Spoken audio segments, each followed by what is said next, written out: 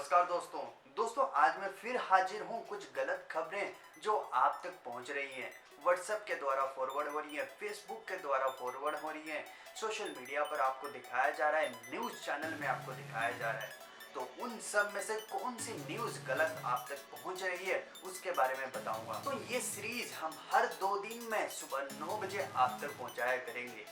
और अगर आपको कोई टाइमिंग में चेंजेस हैं या फिर किसी और टाइम पे आप देखना चाहते हो तो वो मुझे आप कमेंट करके बताइएगा, तो मैं टाइम शेड्यूल उस हिसाब से सेट करूँगा। चलिए देखते हैं कौन कौन से फेक न्यूज़ हमारे तक पहुँची है। पहला फेक न्यूज है भारत के पूर्व चीफ जस्टिस रंजन गोगोई की तस्वीर के साथ एक ट्वीट का स्क्रीनशॉट लेकर सोशल मीडिया पर वायरल किया गया। ट्वीट रंजन गोगोई के अकाउंट से किया गया है। इस ट्वीट में जैसा लिखा है आप देख सकते हैं, कोरोना वायरस के महामारी से पहुंचे नुकसान के मद्देनजर रखते हुए भारत में अगले 10 वर्षों तक चुनाव को रद्द कर देना चाहिए और नरेंद्र मोदी जी को ही प्रधानमंत्री नियुक्त करते रहना चाहिए। इस ट्वीट के स्क्रीनशॉट को अलग अलग कैप्शन के साथ बहुत सारी जगह शेयर किया गया। काफ़ी लोगों ने इसे गोगोई का असल ट्वीट मानते हुए इसकी अवहेलना भी किया। अब दोस्तों ये देखें कि ये दावा कहाँ से आया। जब हमने इसकी रिसर्च की तो पता चला कि भाजपा के सांसद साक्षी महाराज और बाद में कंगना रनौत की बहन रंगोली चंदेला ने ऐसे दावे किए थे, वो भी चुनाव के समय। साक्षी महाराज ने पिछले साल सामान्य चुनाव से पहले कहा था कि इस बार जोर शोर से वोट डालें ताकि 2024 में दोबारा चुनाव ना करवाना पड़े।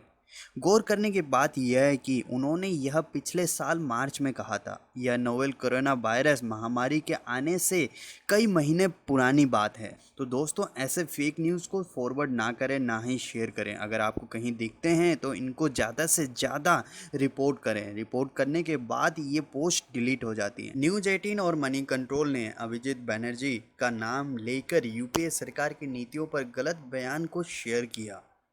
मनी कंट्रोल ने नोबेल प्राइज विजेता अभिजीत बनर्जी के हवाले से एक बयान को शेयर करते हुए लिखा कि असल में दिक्कत यह है कि इस नाजुक हालात में सरकार ने कमज़ोर यूपीए पॉलिसीज़ को अपनाया है। मनी कंट्रोल के मुताबिक ये बयान राहुल गांधी और अभिजीत बनर्जी के हालिया इंटरव्यू से लिया गया। ये इंटरव्यू कोरोना वायरस के कारण देश में आर्थिक हालात को ध्यान में रखते हुए लिया गया था। उसके बाद मनी कंट्रोल ने राहुल गांधी का मजाक उड़ाते हुए ट्वीट किया और उस ट्वीट को काफ़ी लोगों ने रीट्वीट किया राहुल गांधी का मजाक उड़ाते हुए। साथ में न्यूज़ 18 ने भी अभिजीत का हवाला देते हुए भाजपा सरकार ने कमज़ोर यूपीए पॉलिसी को अपनाया है ऐसा करके इस न्यूज़ को चलाया गया। दोस्तों अब जानते हैं इसकी सच्चाई यह है कि राहुल गांधी ने लॉकडाउन के असर और गरीबी पर आर्थिक दवाई की मार के बारे में पूछते हैं अभिजीत बनर्जी से। उनका जवाब मैं सरल भाषा में आपको बताता हूँ। बनर्जी ने बताया कि यूपीए की पॉलिसीज अच्छी थी मगर हालिया वक्त में ज़्यादातर गरीब मजदूर लोगों को कवर नहीं करती है, इसलिए वो अपर्याप्त है। उन्होंने बताया कि कैसे देश में अलग अलग हिस्से में मजदूर फंसे हुए हैं।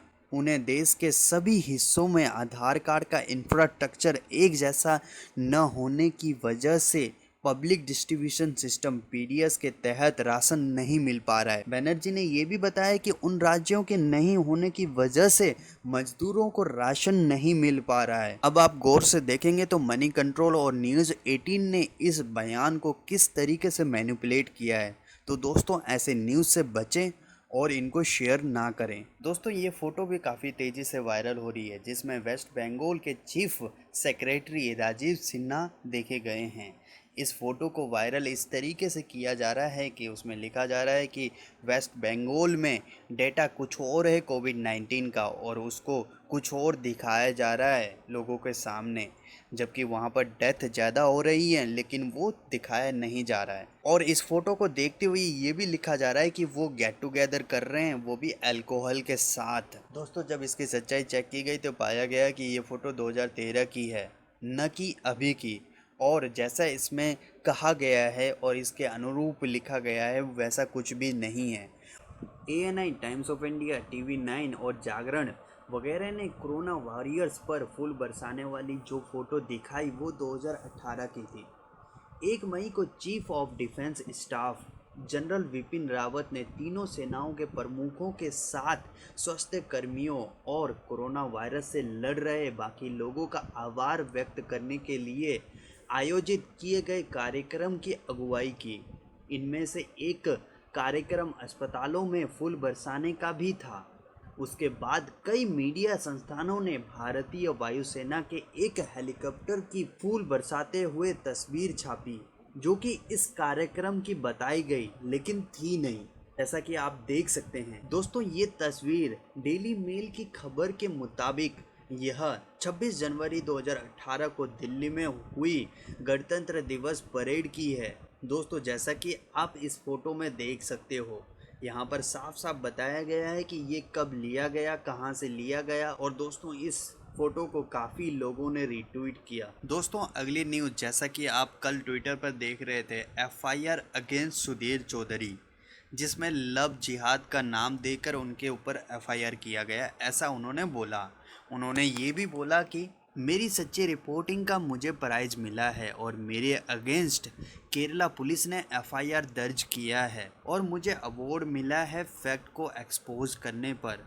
डीएनए पर क्या चलाया गया, जैसा कि आप देख सकते हो और आप में से कई लोगों ने देखा भी होगा। और इसमें ये भी है कि हैशटैग जमीन जिहाद करके आप हैशटैग भी चलाइए। दोस्तों, एफआईआर दर्ज किया गया है सुधीर चौधरी के अगेंस्ट और इसमें ये बताया गया है कि ये रिलीजन के फीलिंग्स को अलग तरीके से दर्शाता है और इंसल्ट करता है। और दोस्तों, जो न्यूज़ में फ़ोटो दिखाया गया, जो वीडियो चलाई गई, अगर उस फोटो की सच्चाई जाने तो जैसा कि आप देख सकते हैं, ये 5 साल पहले की फ़ोटो है और कुछ दिन पहले भी ये फ़ोटो ट्विटर पर डाली गई थी और उसी के थ्रू ये न्यूज़ बनाया गया और जिसका कोई फैक्ट नहीं है, न ही जिसकी कोई सच्चाई है। इस समय कोरोना वायरस से लोग लड़ रहे हैं और इस टाइम लोग न्यूज़ ज़्यादा देखते हैं और जी न्यूज़ के तो काफ़ी ज़्यादा फॉलोअर्स भी हैं।